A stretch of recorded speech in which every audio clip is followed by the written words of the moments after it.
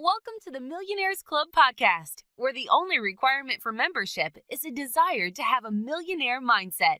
And now your host, John Bellavy.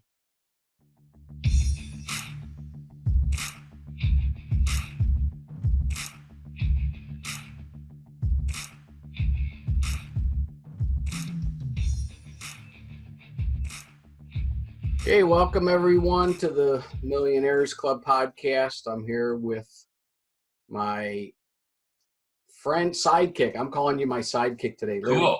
I like that. Batman had a sidekick. All the superheroes had a sidekick. Not saying that I'm a superhero, but I used to be your boss, but sidekick is fine. well, yes, back in that's true. Now we're our own boss, but That's true. No, I was never your boss. no.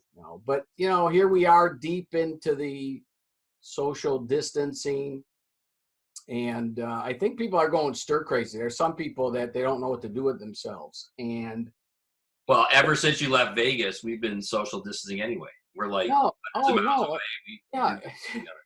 Well, when you're in business for yourself, quite frankly, I mean, you are social distancing. I mean, you can put me anywhere in the world, plot me down in the middle of nowhere with some communication, a phone or internet, and I can do business. Right. And, Well, 14 years ago when we first partnered up, we've been working out of our house for 14 years. It's been phenomenal.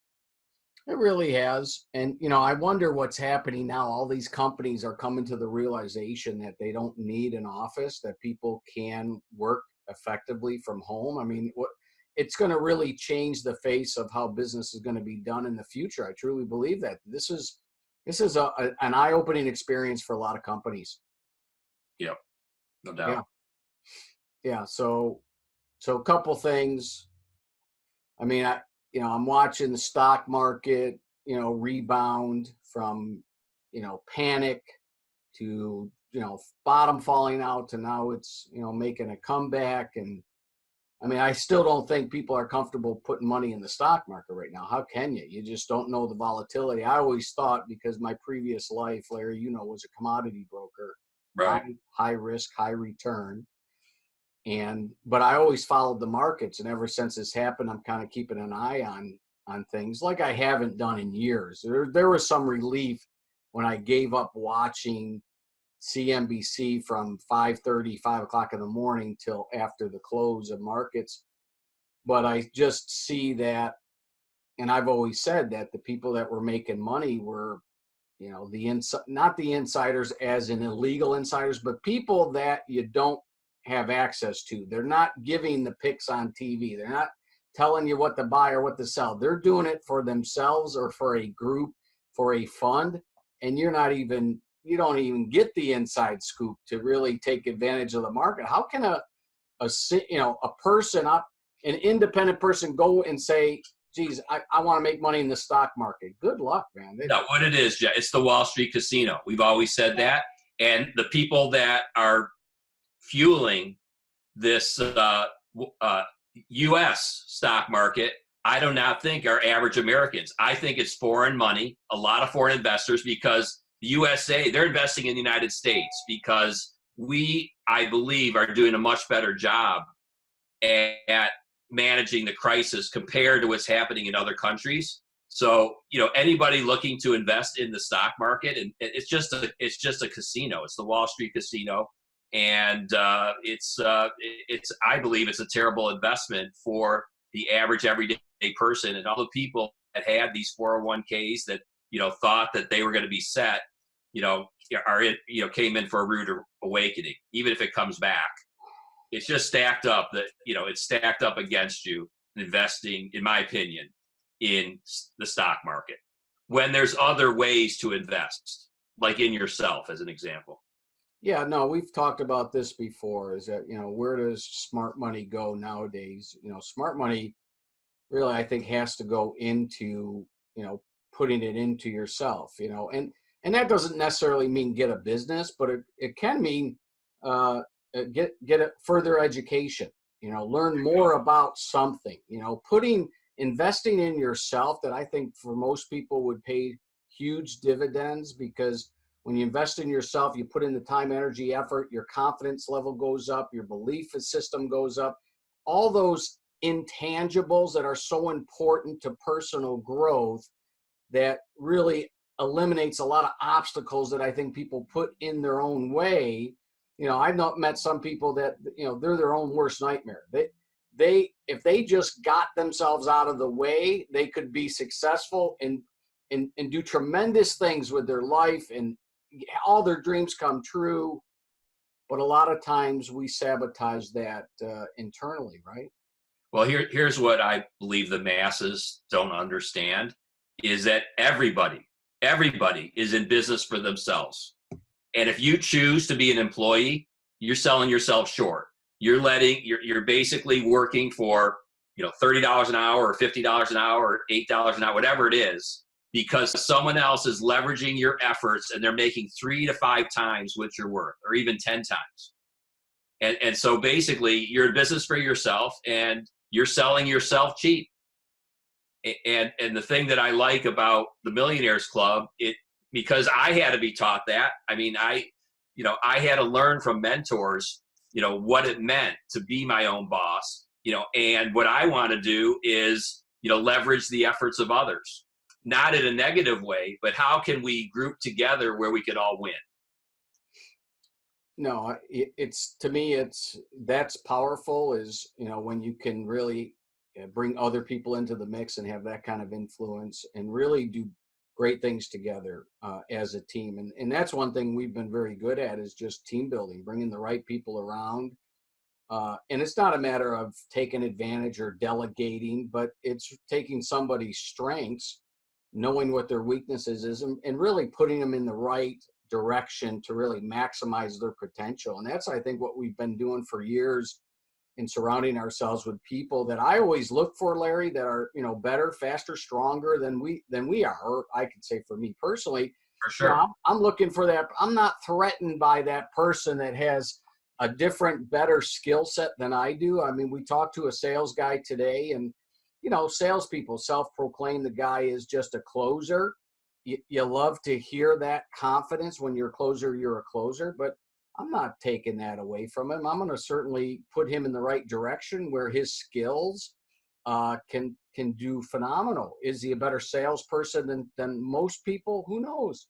But if he believes that, doesn't that really make him a good salesperson? I think that belief system alone is what can get him to really create a lot of income for himself.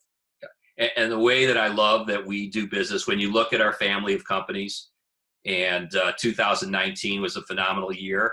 And yeah. I believe we had 3 people that made more money than us, and I'm proud of that, and where do you find a company where the salespeople make more than the CEO? Because we don't believe in the employee model. We empower people, we give them opportunity, we work together, and it's unlimited income, baby. It's not about, how much can you make me? It's about, how can we work together and maximize everybody's potential? We've always believed that, but what kind of opened my eyes to it is just this past year, we met a, phenomenal CEO of a company. And when the subject was broached that a salesperson make more than a CEO, it was like taboo. No, salespeople don't make more than a CEO.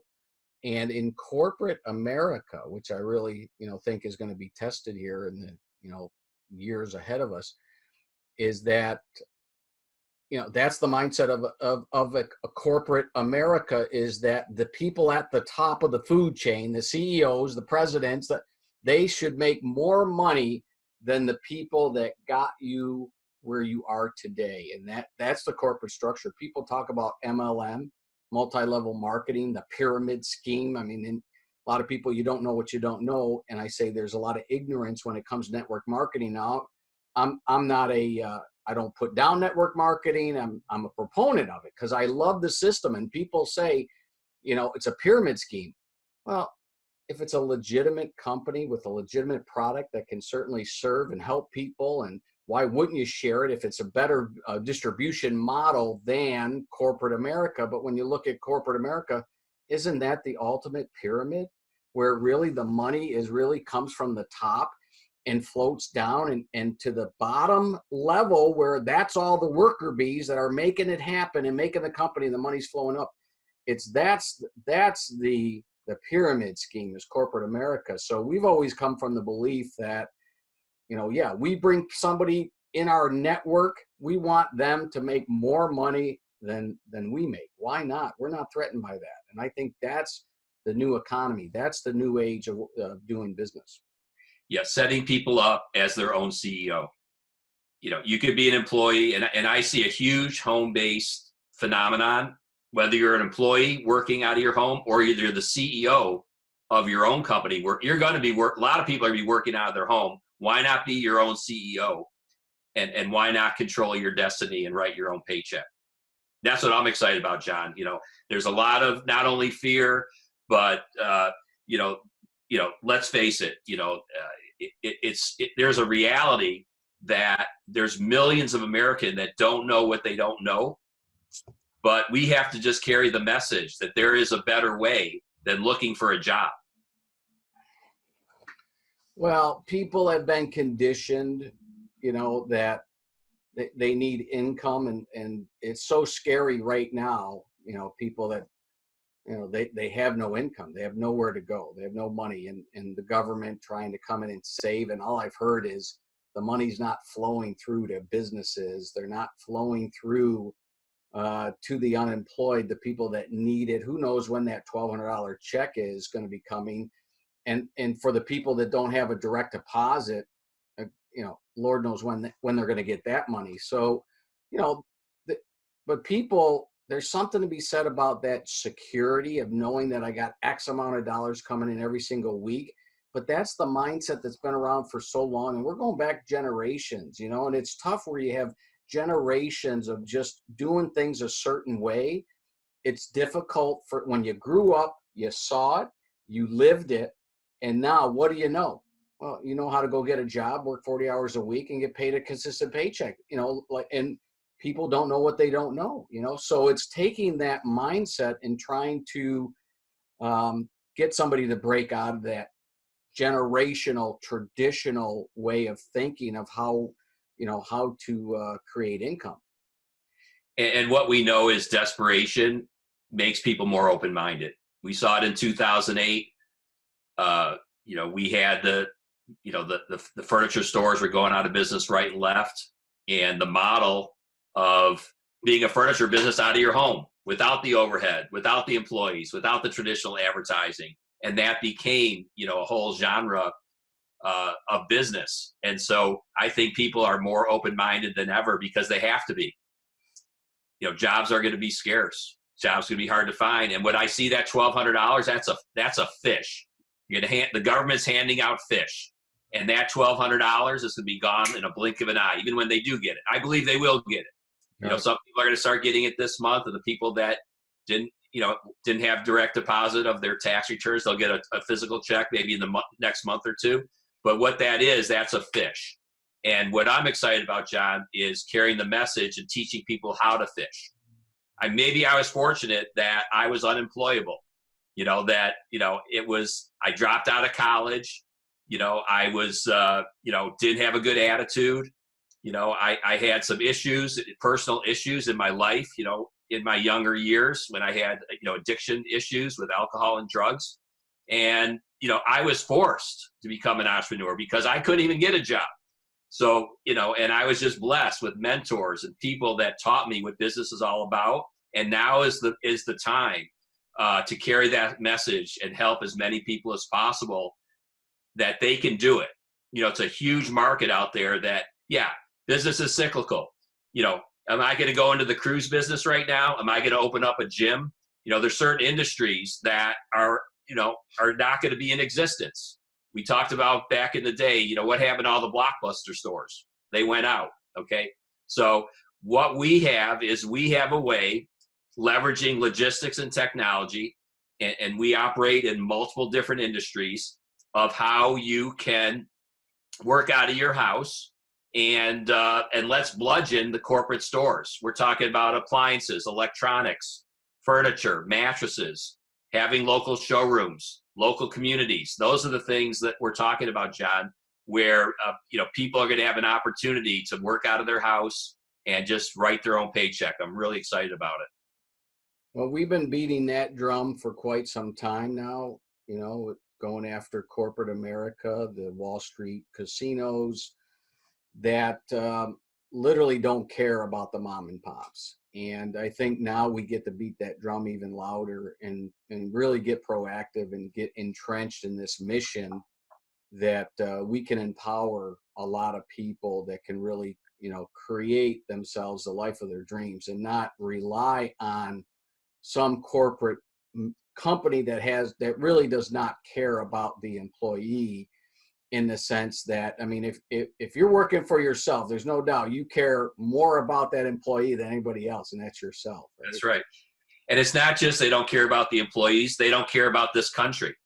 The furniture business and a lot of industries, they destroyed the American industry, the American manufacturing, and they took the businesses over to China. Yeah, that did a lot of good.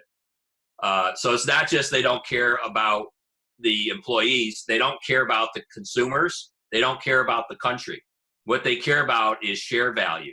They use all kinds of, in my opinion, John, deceptive tactics to make it seem like everything's on sale and you're going to get the greatest deal. Well, how is that even possible? How does that even make sense when they're spending hundreds of millions of dollars on deceptive advertising? They have huge overheads.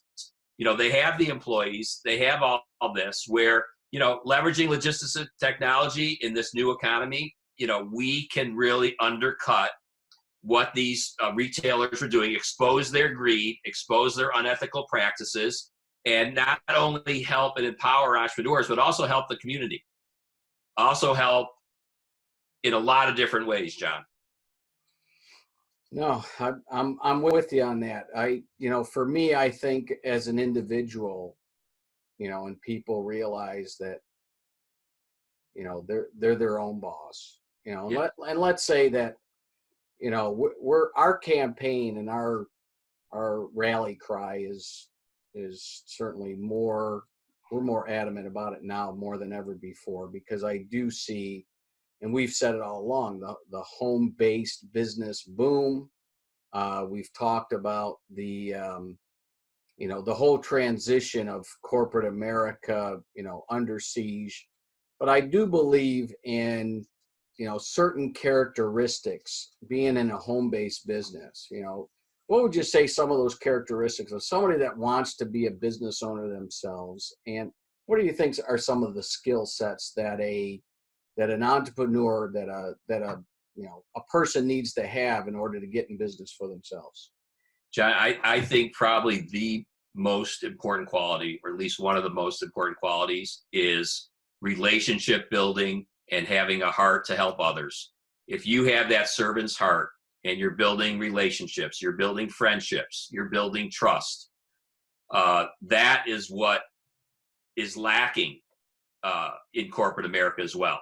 And developing those relationships and providing goods and services at great prices and great value, to me, that's one of the best ways to be guaranteed success. I look at my wife, Angie.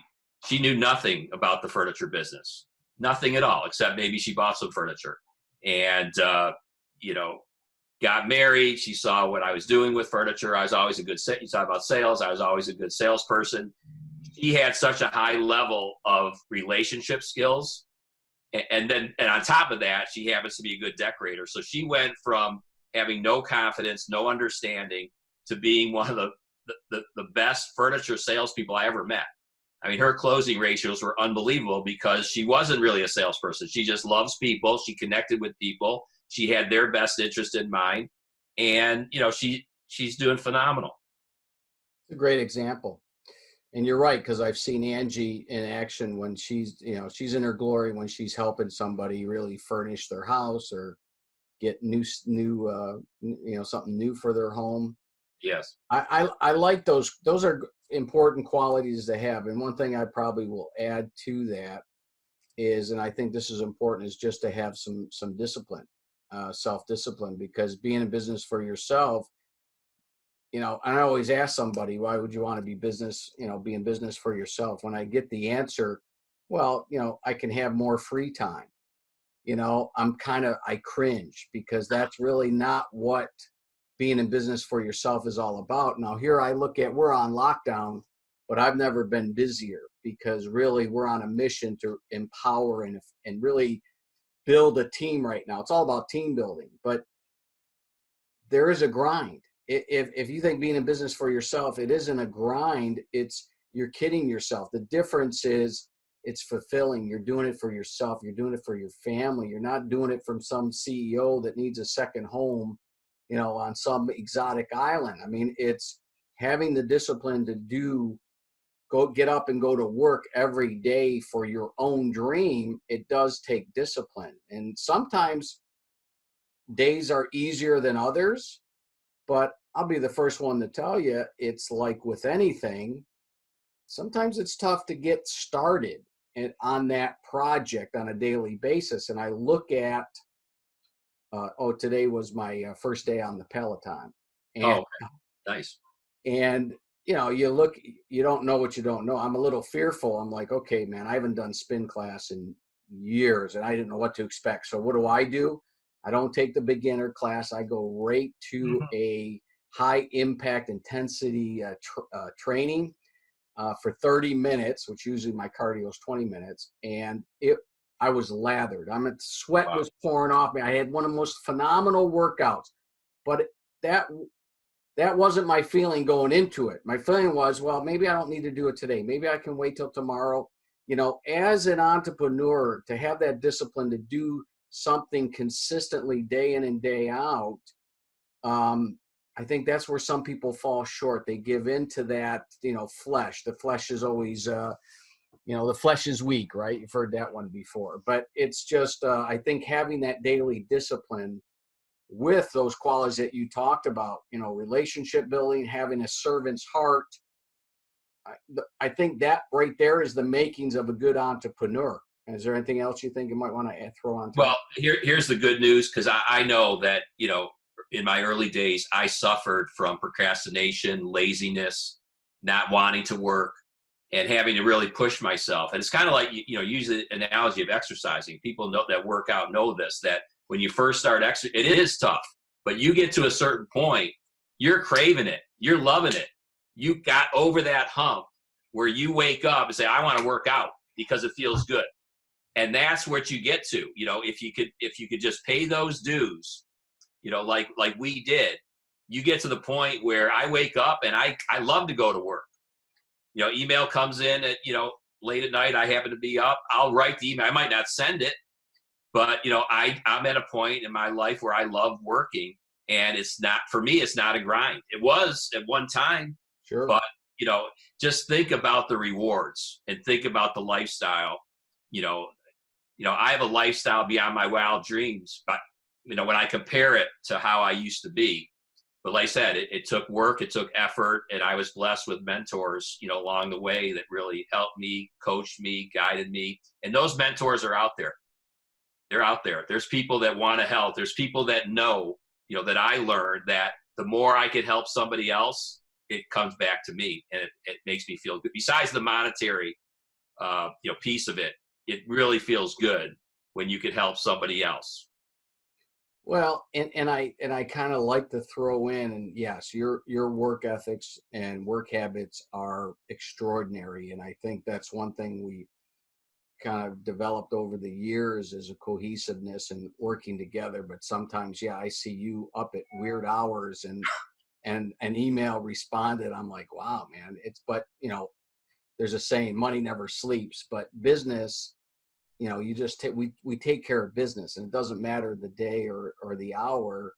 But in order to have an impact, and like you were saying, having an effect on others. And I've had mentors, and I still follow some quality people. And now you get access to so much through podcasts, through Audible books. I like listening to my books opposed to reading. I do make it a point to read, which is one of those exercises. I don't think I'm a phenomenal reader, but I force myself to read on a daily basis, read something.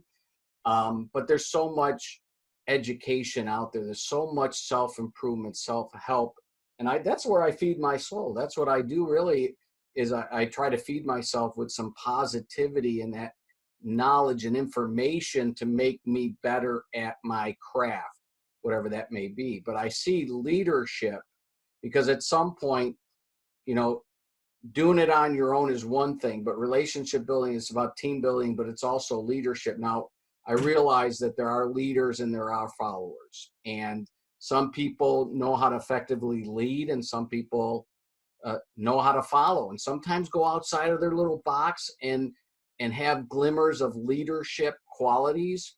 But for me, I got thinking about leadership, and I'll tell you why I got thinking about leadership, because I look at, the leader of the, strongest nation on the planet, and that's, Mr. Trump, President Trump.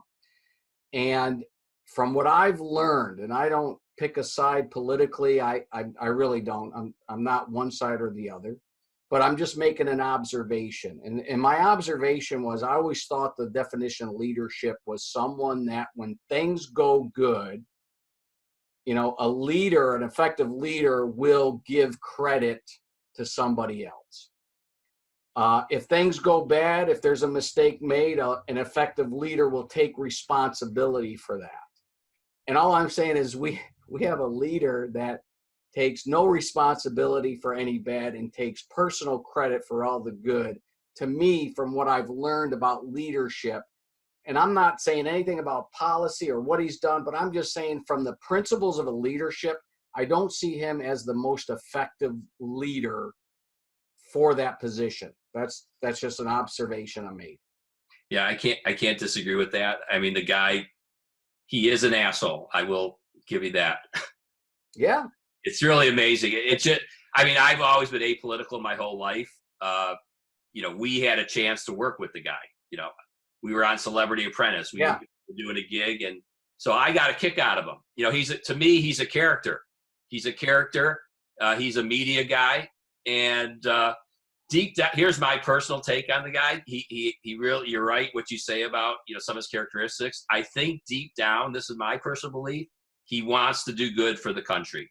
I seriously believe that, and I think that I don't know where we would be if, as an example, Hillary Clinton was the president. I don't want to get political on this. No. I've never voted. I didn't vote for him. I don't vote, but I am intrigued by the whole process. It's just amazing to me that this guy even became the president. It's like we're in a reality TV show. In a way, it's scary. But somehow I do feel that the country is going to be fine. The country's going to survive, and in 4.5 more years, he's not going to be president anymore. All right, so you're already succumbing that he'll get reelected. Well, yeah. How could he not? It would be such a shock if he did. I just don't see Biden as somebody that is a leader either. I think he's being hidden. It almost seems like that the DNC is hiding him away from the public because they don't have any confidence that he could even go up and be coherent. It's scary. I can't even imagine who would really be running the country if Joe Biden was president, because I just don't think he's all there.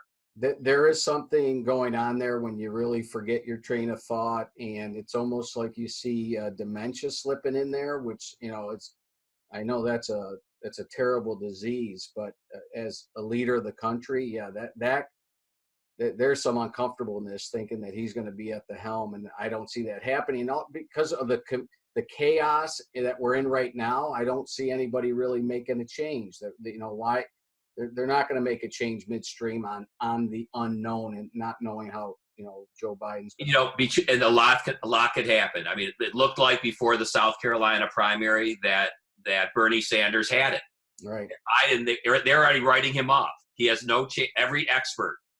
He has no chance. Even the Democrats were saying he's not all there. He had all these different issues, and then all of a sudden, through a set of circumstances, he is not only the front runner, but Sanders just dropped out yesterday, and he's it.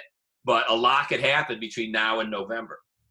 No. So what you're saying, if the election was right now, yeah, Trump would win easy, and that's it. But anything could happen over the next. A lot can happen, and he said he was going to bring a woman to be vice president to run with him. Who do you think that might be?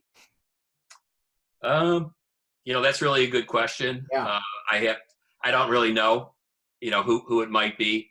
I think that what he probably should have done is someone like Elizabeth Warren. I mean, he went so far to the left that maybe that's good enough to go with a Klobuchar, that is, a conservative Democrat and has that Midwest.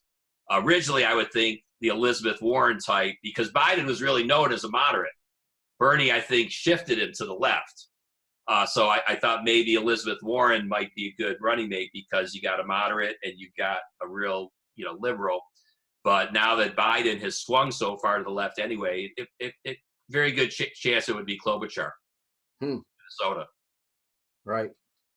Well, there was a time where all I could do is really tolerate, Trump's tweets. And now I want this pandemic to be over because I got to listen to the guy every single day. That's worse. I'm not going to say than the virus itself, but the guy gets up there and it's all about politics and self-promotion. Right. And, the guy is not using it for what it's really needed for. And that's to really give people solid information. It's all politicking. It's all him trying to win the election. I mean, he's off the campaign trail, but That's why I hate politics, John. The definition of a politician is a liar, a self-promoter, an egomaniac. And I'm being general. I'm not saying every politician is that way, but a huge percentage. I don't care who it is. I don't trust a politician. I don't believe a politician. I don't care who it is. Trump is just a better liar and a better promoter than somebody else. Unfortunately, that's politician. That's kind of when you hear politician, that's where you kind of group them into that. You can't trust a politician. When is a politician lying? Is when his lips are moving. I never really knew because I didn't pay any attention to politics. Right. Like I said, since Trump, started this reality show, that's when I got into politics because I felt that all the other reality shows on TV they were fake. They were staged. And I saw this as a real reality show and really started caring more about it. But when you look at, salespeople used to be known as not the most ethical people. Right. And there's something in sales that in a court of law, you are allowed to embellish. There's something about embellishment. I forgot what it's called. In a court of law, a salesman is actually allowed to embellish. There's a certain line, whatever that line is. But in politics, they have a term, and that term is rhetoric. Rhetoric is pure lies. As a politician, you are allowed to actually lie, and they don't call it lying, they call it rhetoric. Rhetoric. It's unbelievable. Rhetoric is way beyond what salespeople are allowed to do. Politicians are allowed to cross so many lines. It's absolutely unbelievable to me. But here's what I also believe, John, is that we've got the greatest system in the world. You look at other governments, and there's so much corruption, and so much. It's almost like evil in some places. You look at some of these dictatorships. So when the founders of this great country put it together, they came up with a system of checks and balances that are really unbelievable. And I have more of an appreciation of politics now. Like I said, where I viewed it when I first got into it, I viewed it more as entertainment. And now I see it's really life and death. It's life and death. Maybe someone will come along that, will change that mold. But so far I haven't seen it. And even you look at some of the great presidents in history, and I've, read, biographies and accounts, and some of the greatest presidents that, have so much, people have so much respect for. There's so many skeletons in those closets. I don't care if it's Lincoln, Kennedy, you name a president, and we could talk about scandals and unethical practices. Yeah, I think everybody has skeletons in the closet, right? I mean, it's you put yourself out in the public eye, no matter what you did in the past, somebody's going to find out about it. It's going to come out in the wash. But I do believe that, and I heard Trump say, and it was kind of music to my ears, is that, who's going to make the decisions on when to open up this country? And he says, I'm going to leave that to the experts. And I hope that is the case, even though I see that he's I get it, man. This economy needs to kind of we don't even know where it's going to end up. And I understand he wants to get things going again, to get the economy going and, of course, take credit for it. But he wants to keep it going and open it up. But we can't do it too early because that'll make things a lot worse. So I'm comfortable that the decision's in the right hands, but that's not going to stop us from doing business. We're going to keep moving forward and keep bringing you as much information as possible. And hopefully, we shared something with our subscribers today that they can take with them, or a little nugget that will carry them through a day or two. And we always leave ourselves open, Larry, if anybody needs anything to reach out, because we're happy to work with somebody and help them out in any way, shape, or form that we can. So any last words for this podcast? Yeah, I will. We've been doing webinars for 14 years. We have a whole archive of webinars. We started this podcasting, a couple months ago. But in the 14 years that we've been doing regular webinars, I don't think we once ever talked about politics. So this has been, kind of fun. I agree with you. We've always made it a point to stay out of politics or religion. But, I did say that I wanted this podcast to be what's ever on our mind. And right now it's, I see the president every single day. My goodness, I guess we have to talk politics sooner or later. So I'm glad we did. All right. All right, good. Thanks, everyone, for your time. We'll see you next time.